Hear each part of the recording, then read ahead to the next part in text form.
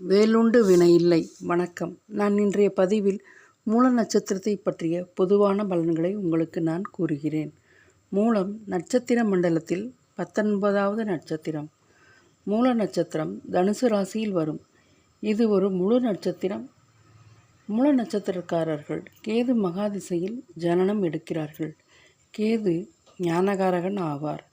இவர்களுக்கு சரீர பலம் அதிகமாக இருக்கும். உழைக்கும் திறன் பெற்றவர்கள். நுணுக்கமான விஷயங்களை கண்டறியக்கூடியவர்கள். அமைதியானவர்கள். சமயம் வரும்போது அவர்களது அறிவுத்திறன் மற்றும் திறமை வெளிப்படும். உண்மையான அன்புக்கு இலக்கணம் ஆவார்கள்.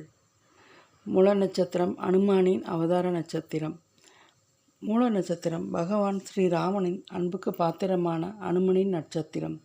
இந்த நட்சத்திரக்காரர்கள் அதிதேவதை நிருதி. இந்த நட்சத்திரக்காரர்கள் மன உறுதி உடையவர்கள். எவ்வளவு பெரிய பொறுப்பையும் கனகச்சிதமாக முடிக்கக்கூடியவர்கள். எல்லோரும் சந்தோஷமாக வாழ வேண்டும் என்று நினைப்பவர்கள். இந்த நட்சத்திரத்தின் அதிதேவதை ஆஞ்சநேயர். இவர்கள் வணங்க வேண்டிய சித்தர் பதஞ்சலி முனிவர். இவர்களுக்கு மனதில் தப்பு என்று ஒன்று தோன்றினால் அதை தைரியமாக எடுத்து சொல்லுபவர்கள். தன்பலம் தனக்கு தெரியாதவர்கள். மனோதைரியம் உடையவர்கள். வாக்குச்சாதுரியமும் உடையவர்கள். சனிக்கிழமை தோறும் வெற்றிலை மாலை போட்டு நெய் தீபம் ஏற்றி ஆஞ்சநேயரை வழிபட்டால் மிக நல்லது. வியாழக்கிழமை தட்சிணாமூர்த்தியை வழிபடுவதும் மிக நல்லது. சங்கடகர சதுர்த்தி அன்று விரதம் இருந்து விநாயகரை கும்பிடுவது வாழ்க்கையை மேன்மையை தரும். வெள்ளை மற்றும் மஞ்சள் நிறங்கள் ராசியான நிறங்களாகும். இவர்களது திருமண தடை நீங்க ராமேஸ்வரம் சென்று ராமநாதரை வழிபட்டு பின்னர் ஸ்ரீரங்கம் சென்று வழிபட்டு வர திருமண தடைகள் நீங்கும். இவர்கள் வானரங்களுக்கு உணவு கொடுக்க வேண்டும். வாழைப்பழம், வடை போன்ற உணவுகளை வானரங்களுக்கு கொடுத்தால் மிக நல்லது. இவர்களின் மன ஆழத்தை கண்டறிய மந்திரவாதிகளால் கூட முடியாது.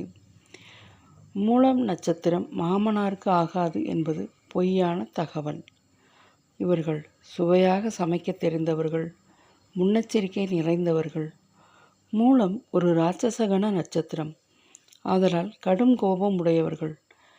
பணத்தின் பின்னால் ஓடிக்கொண்டே இருப்பார்கள். இவர்களிடம் பேசி ஜெயிக்க முடியாது.